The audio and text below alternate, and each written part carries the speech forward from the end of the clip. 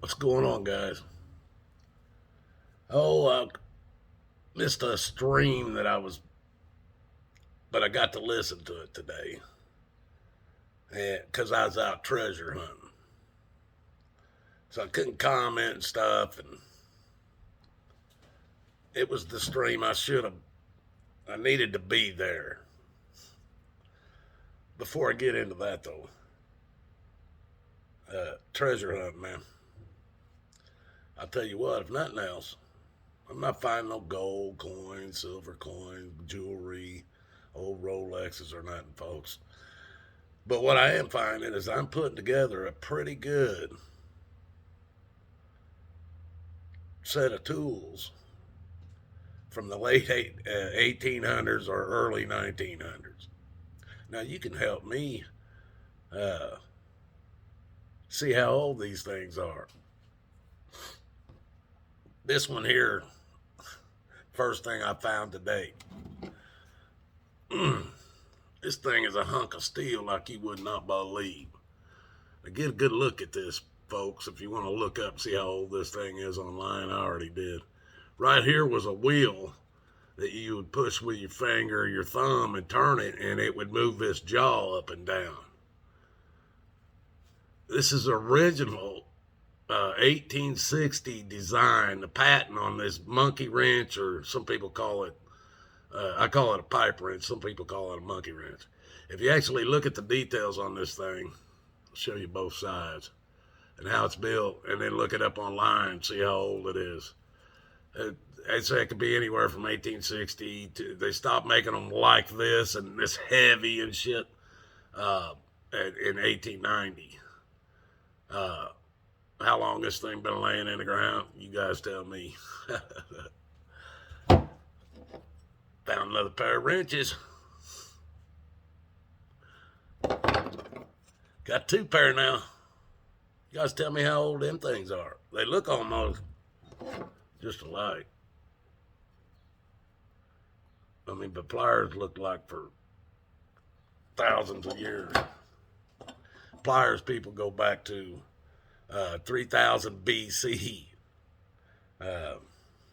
This one here, I'm getting ready to show you. These things go back to 2500 BC.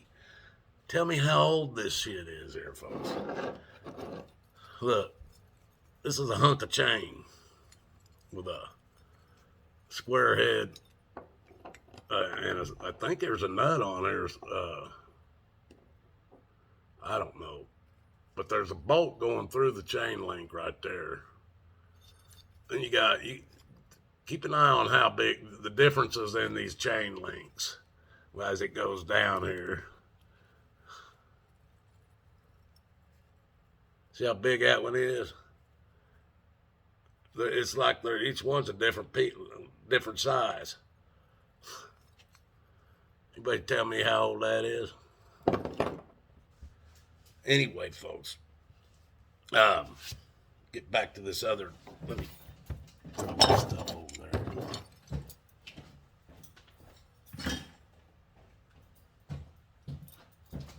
There's dirt out from in front of me.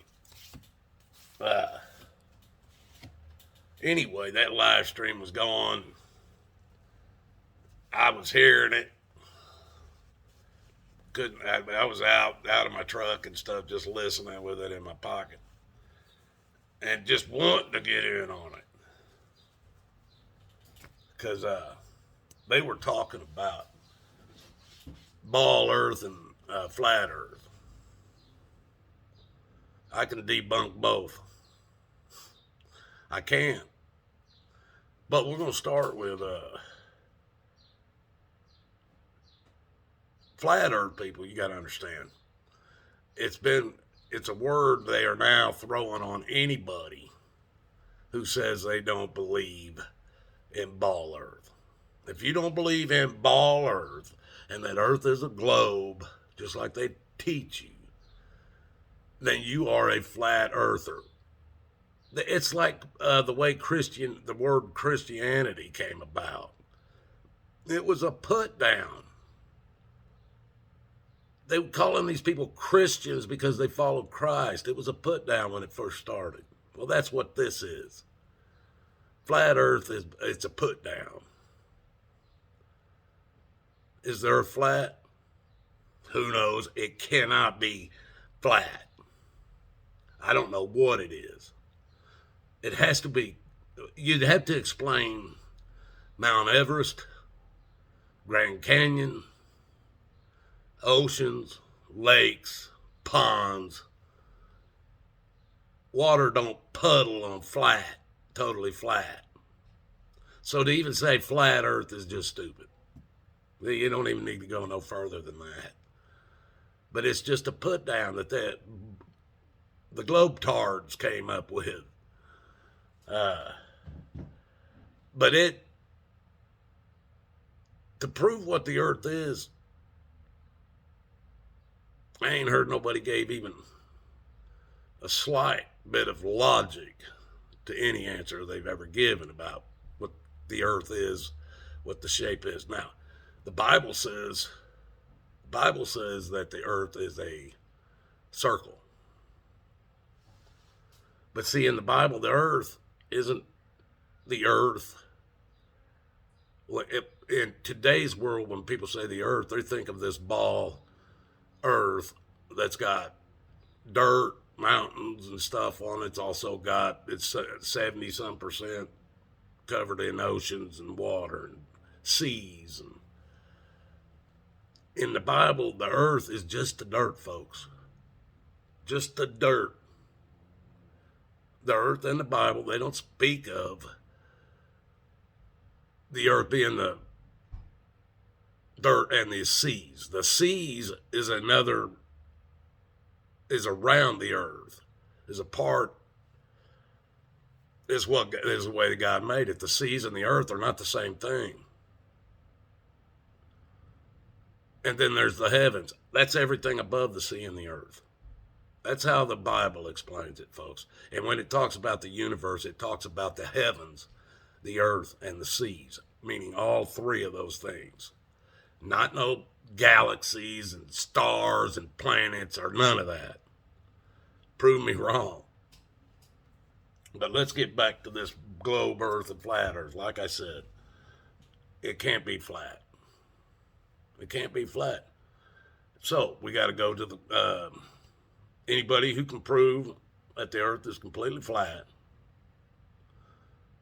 You ain't never left your living room. I've been on top of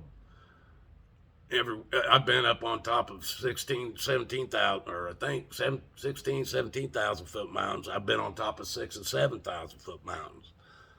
I've been in the deserts. I've been in the plains all across this country. I've been through it all. Smoky Mountains, Rocky Mountains. Lived in both. Lived in sand of Florida, and I've lived in the sand of Arizona. Oh, just so somebody, I heard somebody saying earlier in this stream, sand is rock. Sorry. It might have some dust particles of rock in it, but sand is silicone or crystals. It's not rock. Why do you think if the lightning strikes the sand, it makes glass? What do you think they make glass out of? Sand. I could show you hundreds of crystal mines in the deserts of Arizona, different colors. I've got some in my with my artifacts that I have from Arizona that's purple. So some of it's mixtures of light purples and dark purples or blues. I've got some that's just pure white, just white crystal. That's what sand is. Some places you can even find seashells, pieces, just small specks of, but it's mostly crystals. That's what they claim caused what petrified the wood in the petrified forest was because of the sand.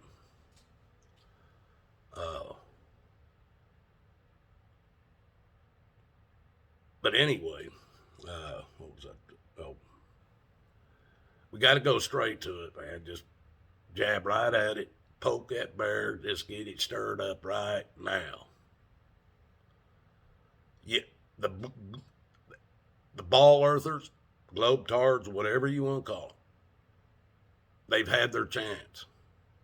They've had years of their chance to prove simple things. If it can be proven, they haven't done it. I was looking at these.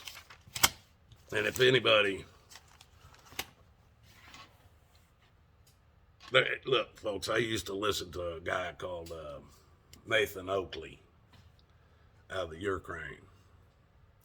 This man's got them all. He's got them all tied up. He's made NASA admit stupidity.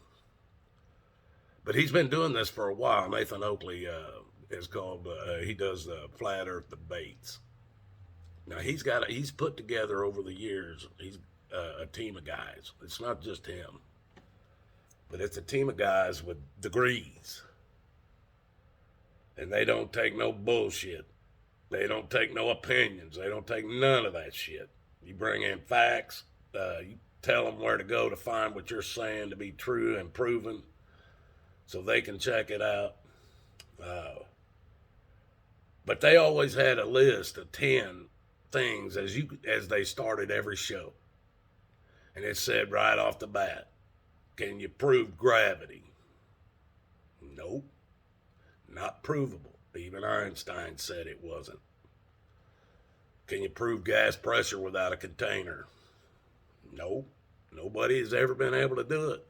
That's almost natural law. Can you prove Earth is a ball? No. Prove distance to the sun or the moon. Let's see. Prove self-perpetuating molten iron core, because that's what you'd have to have on your globe Earth. Prove curvature, meaning a ball is a geometric shape. With a geometric shape, you got a geometric edge. Prove curvature. Now, people, I've been up on mountains. I was talking. I've been out in Arizona, right near where I live. There was a mountain peak out there. You guys can type this in, and it'll take you right to it. It's called Four Peaks, just number 4 peaks, because 4 peaks came atop at this one spot. There was 4 different peaks in one area.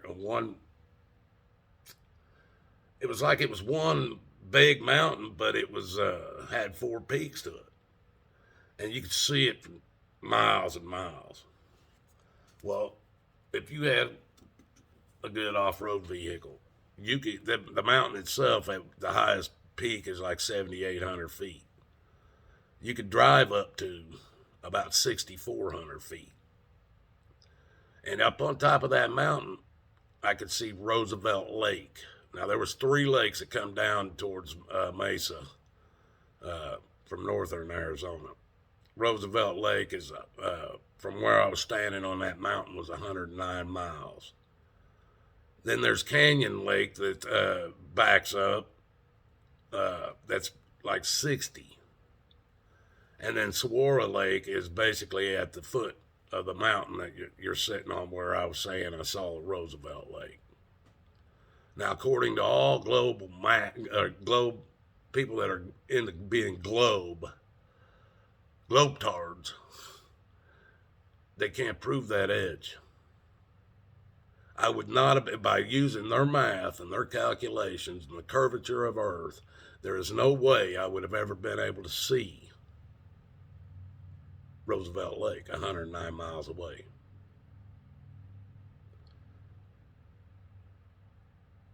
Unless one of you, and I guarantee you haven't. I guarantee you haven't, because it'd be all over the doggone internet.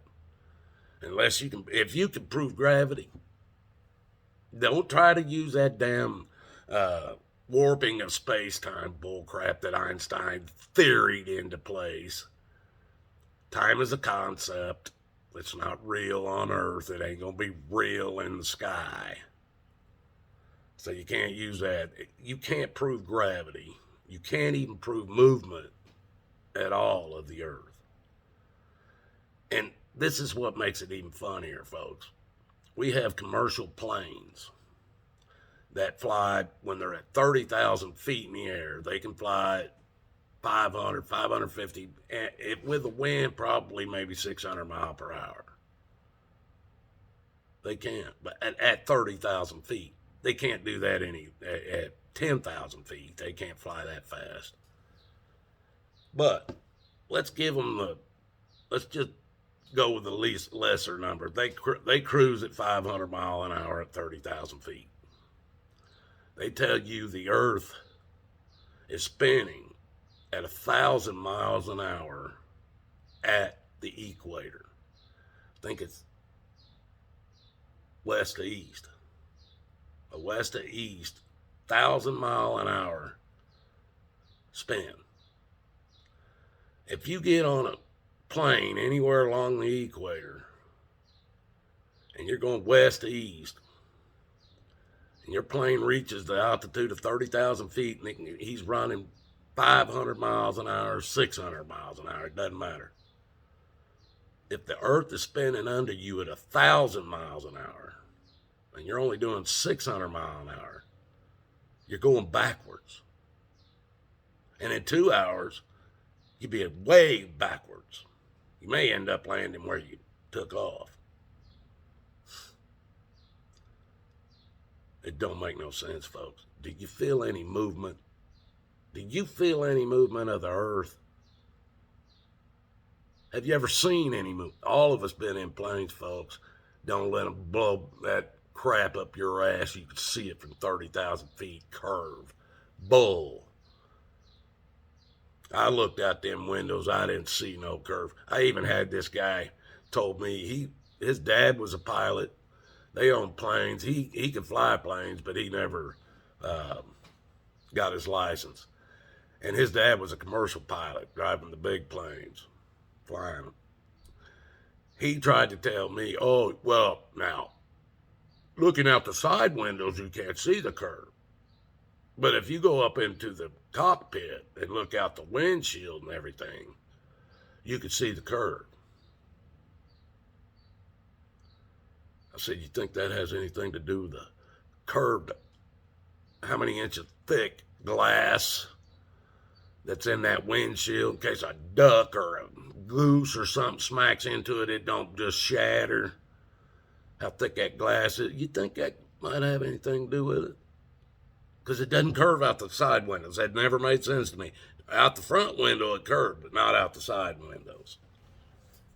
Just like something stupid I heard somebody say, well, if you're coming at the Earth from Mars and you're going 1 billion miles an hour and you're looking right at the Earth, it would look flat.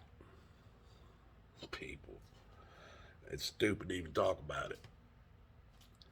But anyway, like I said, if you think you can prove globe Earth, step your ass right over there to Nathan Oakley's channel. Tell me when you're going to do it. Tell me, because I'm going to listen on that day. I'm going to listen on that day.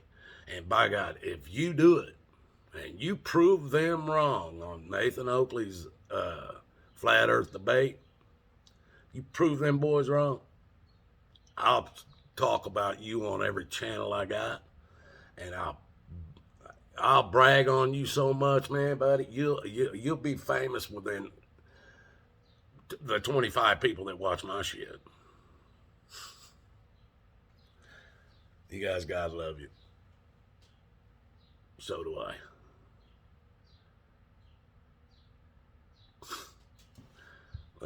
Let's argue about this. You guys have a good night.